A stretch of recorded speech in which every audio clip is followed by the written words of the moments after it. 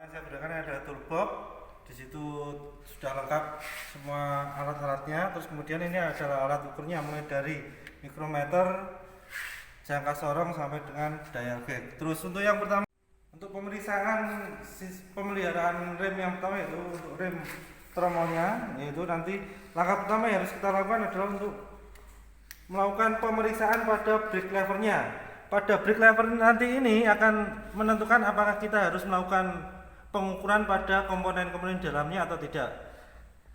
Bisa kita perhatikan bahwa di sini sudah ada titiknya, berarti ini kondisi kampas masih normal atau pada posisi yang awal. Terus kemudian di sini akan ada indikatornya di ujung ini. Nanti pada saat kita melakukan pengereman, dia tidak boleh melebihi dari indikator bagian dalam ini. Kalau berada di atas dari coakan segitiga itu, berarti kita tidak perlu melakukan pembongkaran, cukup melakukan pembersihan di bagian dalam dengan menyemprotkan debu dari hasil gesekan itu untuk pergerakan tromolnya, apakah perlu kita lakukan pembongkaran atau tidak. Kita perhatikan ini titiknya yang ini sama segitiga itu. Nah, di situ terlihat pada saat saya rem penuh, handle saya rem penuh untuk rem belakang. Nah, rem tromol ini dia berada di atas untuk coakannya. Berarti kondisi kampasnya maupun kondisi ketebalannya masih bagus. Berarti tidak perlu kita lakukan pemeriksaan lebih lanjut. Cukup kita membersihkan menggunakan udara bertekanan.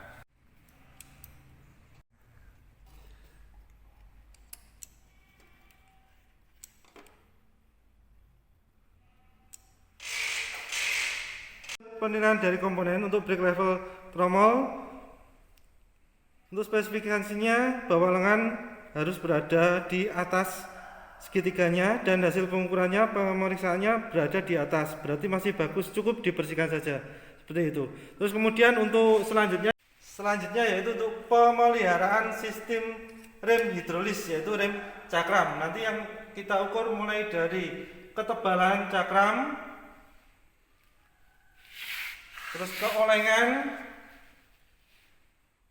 maupun nanti gerak bebas dari pergerakan handle-nya maupun level olinya.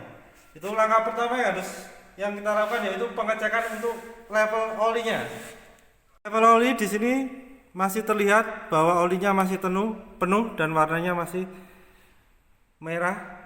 Berarti kondisinya masih bagus. Terus selanjutnya kita ukur ketebalan menggunakan mikrometer pada paling tidak 3 sisi. Nanti sisi 1, 2, 3. Dan kampas setelah diukur menggunakan mikrometer, di sini terbaca 35 ditambah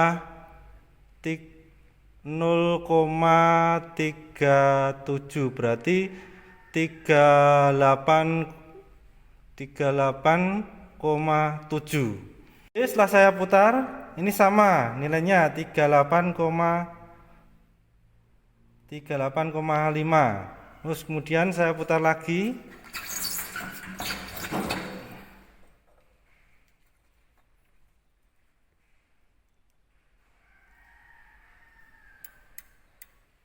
Nah, juga sama nilainya 38,5 untuk titik C-nya. Pengukuran ketebalan cakram didapatkan bahwa hasil ukurnya ada 38,5 sedangkan spesifikasinya 3,5, sehingga rekomendasinya tidak perlu diapa-apakan, cukup dibersihkan saja. Untuk ukuran selanjutnya yaitu kita ukur untuk keolengan cakramnya. Untuk pengukuran selanjutnya yaitu menggunakan dial gauge. Kita ukur keolengannya berapa, kita putar.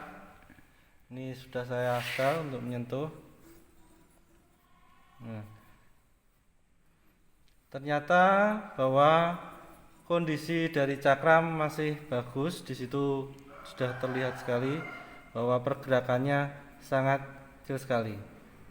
Di dial gauge tadi terhadap perubahan bentuk dari cakram tadi bahwa spesifikasinya adalah 0,3 mm sedangkan hasil ukurnya adalah 0,03, sehingga dinyatakan bahwa untuk merekomendasikan bahwa kondisi dari cakram itu baik. Pemeriksaan untuk jarak main bebas dari cakram itu sendiri, saya pakai untuk patokannya adalah 90 ini atau 9 mili. Nanti pergerakannya sampai berapa? Nah, sampai sini ternyata rem sudah berhenti, tidak bisa digerakkan. Berarti jarak main bebasnya adalah 1,5 cm.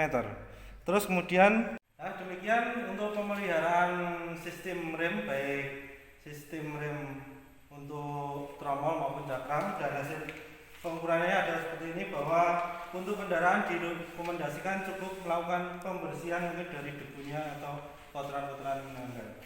Terima kasih, demikian untuk laporan tugas sistem pemeliharaan sistem rem. Assalamualaikum warahmatullahi wabarakatuh.